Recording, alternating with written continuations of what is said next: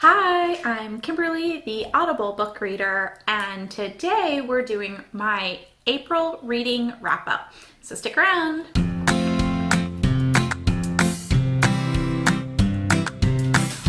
Okay, so I normally do weekly reading wrap-ups, but the month of April I filmed the videos, but then just never got them up. And so instead of going back and editing and having them go up a lot later, I figured I would just film another video and hopefully get it edited.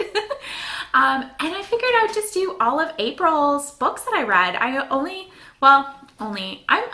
I listened to 13 books in the month of April, and I'm going to show some storygraph graphs charts because I think they're pretty. So here it says that I've read 13 books. 6 of them were emotional. 3 of them were lighthearted, 3 were adventurous, 2 were reflective, 2 were informative, 2 were hopeful, 2 were funny, I got 1 that was sad, I got 1 that was mysterious, and 1 that was dark, and 1 that was challenging. So that was sort of the moods that I read in the month of April. As for, pace, most of them were medium paced. 8 of them were medium paced. 2 were fast reads and 2 were slow reads. And again, this is according to Storygraph, so I will put my link down below if you want to follow me there. But it's kind of fun. I like it. And, people kind of, after you when you review a book, you'll write like if you think it's fast-paced or slow-paced, things like that. So that's what the majority of the people thought about the books that I read. Most of the books that I read were between 300 and 499 pages long. Of course, I listened to all but 1. But that would be the page number equivalent. 3 of the books were over 500 pages, and 1 of them was less than 300 pages. I listened to 3 nonfiction books in the month of April, and the rest, the 9, were nonfiction. So when I look at just my month of April, the most type of books, genres that I read was contemporary, with 4 of them being contemporary. When I look at my overall stats, fantasy tends to be my highest. I read 3 young adult and 3 romance books and only 2 fantasy books. And then I read 1 each of middle grades, 1 children's, 1 LGBTQIA+, 1 true crime. I'm not sure what the true crime one was. The 57 Bus. Yeah, I can see that was true crime. I read 1 thriller, 1 mystery, 1 historical, 1 history, and 1 business. So a bunch of different genres there. My overall star rating was 4.23. I tend to rate my books high. I like books, and I either like it or I don't. So for the most part, most of my books are usually at a 4. 5 usually means that I will probably reread it many times. Or it just showed like lots of emotion when I read it. 3 means I like it, probably will forget about it in the future, but less than that, it's usually I didn't like it. But for the most part, I rank my books pretty high. So, okay, first book that I read in the month of April was a semi-definitive list of worst nightmares. This is by Krystal Sutherland, and it was narrated by Tara Sands, and I got this from the library. Completely Melanie, I will link her stuff somewhere. She had mentioned this, and for the month of March, they were doing a readathon, and I was excited to read along with it, but I didn't get to it. I enjoyed this book. I gave it, I think, 4 stars. I can't remember, but I liked it better than I thought I was going to. We're following a girl whose family is cursed, and the people in her family will die of their worst nightmares. So she doesn't want that to happen. So she starts making a list of all of the fears that she could potentially have, and she's going to stay away from them. So of course, you know, that doesn't quite work. She meets a boy. They're high school students. It was really cute. Yeah, so she meets a boy. And he starts to make her start going through the list. And it was a little emotional. I teared up at one point. I also tear up easily, so but I enjoyed it. It was a interesting read. The next book was a book that my boss had told me about, Something in the Water, and this was by and narrated by Steadman. I got this from the library. Oddly enough, Steadman is actually in Downton Abbey, so she's an actress as well. So she did a great job narrating her book. This was a mystery, adventure. The main characters go away for their honeymoon and find something in the water. They go to Bora Bora and are scuba diving. And then the rest of the book is the fallout from the what they find in the water. So it was interesting. It kept me going. I'm not sure I loved the way that the book ended. Oops, look, we got Duke here. Another dog I'm dog sitting. This is the first time I've watched him. But he's sweet. Anyways, yeah, I'm not sure I liked how that ending happened for that book, but you know, I'm not sure how I would want it to end. I would say it kept me, like, I was invested the whole story. So, you know, that's great. The next book I listened to was The 57 Bus. And this is a true story about two teenagers and the crime that changed their lives. This is by Dashka Slater, and it was narrated by Robin Miles. And I got this from the library, both the audio and the physical book. And I think it's in a video that I ended up not posting, but this was the book, like a kid must have had it before and put Post-it notes all over the book about like his or her thoughts or defining things throughout the book. So this book was a lot of fun for me personally to be able to listen to and to read these like Post-it notes along in the book as well. So this was a story about two teenagers in California, Oakland, California, who, you know, end up having an incident on a bus, but you kind of follow their lives, their parallel lives. One is non-binary, and it's the story of their life, you know, and coming out to their parents and schools and all of that. The other one is following a young man, black young man who, you know, just how he gets treated versus how black criminals got treated versus white criminals and juveniles and things like that. So it was a very eye-opening story. The next book, after that book, I remember thinking specifically, I want something light, fluffy, and like urban fantasy and romance. So I ended up choosing the House of Earth and Blood, which is the Crescent City series book. And this actually met my two readathons that I'm doing, both the Buzzword, which had something to do with space, so Earth, and then the Hey Readathon, Read Your Backlist, had a word with the word house or home in it. So it meant both of those, and I enjoyed this book. I went into it really knowing nothing about it. It's been talked about a lot on BookTube, and I wouldn't say I loved or anything like that, Court of Thorn and Roses, so I was a little like hesitant about this book, but I really enjoyed it. The narrator, let's see, Elizabeth Evans, she did an amazing job. I really, really loved listening to her tell this story. So I don't know if that made the book that much better for me or what, but it was the perfect read at the perfect time. So yeah. The next book was one that Harry Potter and the Sorcerer's Stone by J.K. Rowling, and this was the narrator I listened to for this time was Jim Dale. I tend to listen to the Harry Potter series once or twice a year, like all 7 books. And a lot of times, sort of like the Selection series or the Lunar Chronicle series, it's like as I'm falling asleep, because I know the story. I love it. It's kind of like coming home, you know. So yeah, I owned that book. I also owned The House of Earth and Blood. I got that a while ago. So it was, anyways. The next book was for my Leadership Institute class, and this was the Driving Innovation from Within, a guide for internal entrepreneurs. This is by Kaihan Krippendorff, and it was narrated by Sorensen.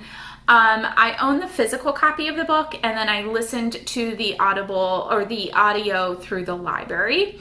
The library bought it for me. I was so excited because originally they didn't have it. So I'm glad it got pushed off a little bit. This is a really interesting, if you're like an entrepreneur but work for a company, you know, it was an interesting way how you can be an entrepreneur but still work with a company and not necessarily own your own business. I liked one of the examples that he used was a Colleen Hoover, a publisher working with Colleen Hoover. So I was like, oh, another book. So anyways, I enjoyed that book. It was good. The next book, 7, was And the Mountains Echoed by Khaled Hosseini. And this was my library book club book. And I'm so glad this was a library book club book because our discussion was great. And I think it made me enjoy the book that much more. The narrators, there's 3, the author himself, and Navid, Negahban, and Shohreh, Aghdashloo. I'm so sorry. I tried listening to them say their names like 100 times so I would be able to say it. I'll try and put their names here somewhere on the screen. I thought the narration was great. I had my coworker listen to it, and she's not into audiobooks, or she hasn't listened to a lot of audiobooks, and she had a hard time understanding them.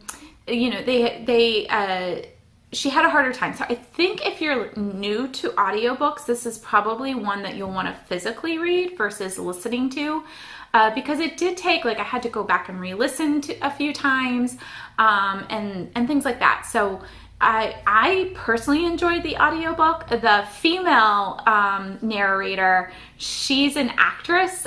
She was in 24, so I could just picture her reading the story. So I know that brought the book even to life even more so for myself. But I think if you're new to audiobooks, this would be one to physically read versus listening to. Okay, the next book was a freebie off of Audible, and it was Brackish Waters by Matt Boren, and this was narrated by Christina Applegate. Christina Applegate did an awesome job narrating the book. She saved it. It was like a free book. Not to say that all free books, I sometimes really enjoy the free books. There was a bunch of stuff. It's like 2 hours long. There were a bunch of things that she's kind of writing like a Yelp review of her family vacation. And really, she probably needed to be talking to a therapist about it. And it had some funny points. There were some points that I think it was like a male author writing from a female perspective. Maybe I had a hard time with that. But you know, if you have a couple hours and you want to listen to something, Christina Applegate did a great job. So I wouldn't say avoid it, but definitely don't go out of your way to listen to it. I wouldn't buy it. I would only listen to it if it's still free. So the next book. Okay. The next book is, I actually physically read. And the funny story behind this is that I signed up for NetGalley to do reviews. I'm not the best at reviews, but hey, I'm trying to push myself out of my comfort zone this year, right? So I signed up, and I figured I would never do ARC reviews because I listen to most of my books. And then I saw that they had some audiobooks. So I was like, well, then sign me up. So I signed up for it. And then I found like a few books that I thought looked interesting, that I thought were audiobooks. And the first one, the first and only one that I've been approved for was The Secret Bridesmaid, which actually came out yesterday, May 4th. This is by Katie Britchall. This was her first adult book. It's also my first book of hers that I've read. I just thought the cover was gorgeous, and it's about someone, the main character is a professional bridesmaid. So she gets hired to be some people's bridesmaid to help them with their wedding, but it's kind of unknown. It has it was marketed as a romance. I think the romance was more secondary to the story, and it's more about like friendship. As long as I didn't look too closely at the story, I loved it. I gave it 5 stars. I actually will probably get the audiobook and listen to it. So needless to say, it wasn't an audiobook, it was an ebook, but because it was my first NetGalley book, I was like, well, I gotta try and keep my score up. So I read, for the first time, an ebook on my phone, and I literally was laughing out loud and stayed up until 6 in the morning finishing it one night. Had to get out of bed because I was gonna wake my husband up because I was laughing so much. So it's a rom-com. If you're into that kind of book, I highly recommend it. Yeah. Anyways, so I listened to that book. The next book, so Megan over at Endless TBR had mentioned this book. It's a middle grade book, and it's The War That Saved My Life by Kimberly Burbaker Bradley. This is narrated by Jean Edsel-Whistle. I got this from the library, and oh my gosh, Megan said that she loved this book so much. And I see why. It was just so sweet. It was, I was crying at points. I loved the characters so much. This takes place during, in England during the Blitz, and the two characters, the little girl and boy, end up going out into the country. It kind of gave me like kind of bedknobs and broomstick vibes, without the magic. But the little girl, she was born with a club foot. Her mother was horrible to her, and she kind of escapes out into the country. And of course, the family, they fall in love. But it was just a sweet, endearing story. It's first in a series, so I would like to read the next book too. So yeah, that was The War That Saved My Life, and I got that from the library. The next book was a re-listen for me, and this is The Flat Share by Beth O'Leary. This was narrated by Carrie Hope Fletcher and Kawaku Fortune, if I'm saying the name right. I listened to this book last year. It was one of my favorite books of the year, and I wanted to re-listen to it just because I just wanted, again, like just something that I knew, but I loved, and just kind of brought me happiness. So I really enjoyed that book. Funny story about this book is I had signed up to do Scrib, which is another like audiobook, e-reader book subscription that you can do, and then you get unlimited books. You end up not owning them. And I had signed up for a trial to see if I liked it, and I got frustrated with it because it's unlimited, except for they kind of limit you on how many books. It's due to licensures, and I understand the reason why, but I got upset because I felt like it was kind of hidden. And I was like, well, if that's the case and I'm paying this money, but I'm not actually going to own the books afterwards, then, you know, if I'm only getting 2 books a month, then I might as well do my Audible subscription. So I had listened to The Flat Share on that app, and then ended up buying it because I loved it so much. So I don't know. There you go. My sister is also she read it and then is now listening to it too. So it's definitely one of our favorites. So then I decided, well, The Switch by Beth O'Leary was a book that a lot of people had talked about. So I was like, well, why don't I go ahead and listen to that? Just because, again, I wanted something light, nothing like too deep or thought-provoking. And it was cute. It's definitely not my favorite. I probably won't listen to it again. The narrators were Alison Steadman and Daisy Agar-Jones. And I don't know if it was just the recording, but I kept hearing them like swallow or take breaths and things like that during the reading of it, which really distracted me. Then it seemed like it was all I could focus on. So I don't know if that deterred from the story for me. Here we're following a grandmother and her granddaughter, and they live in England and then outside of England. And the granddaughter, she lost her sister, and so they're both dealing with grief, and they decide to deal with the grief that they're going to kind of switch lives. So the grandmother goes to London. It was a dream that she always had, that she wanted to live in London and create something there. And the other girl basically was told to take a sabbatical from work. So she goes and stays in her grandmother's house and kind of lives her grandmother's life. It was sweet, small town. I liked the little romance build between the girl and a guy that she had grown up with. Kind of reminded me of like a Hallmark movie, So it was cute. But again, I listened to it right after The Flat Share, which was a book that I so loved. So I don't know. Take that as you will. And last but not least, all month long, I started this, I think, in March. I actually finished Last Hope Island, Britain Occupied Europe, and the Brotherhood That Helped Turn the Tide of the War by Lynn Olson. And this was narrated by Arthur Morley, and the foreword was narrated by Kimberly Farr. And I really enjoyed this book.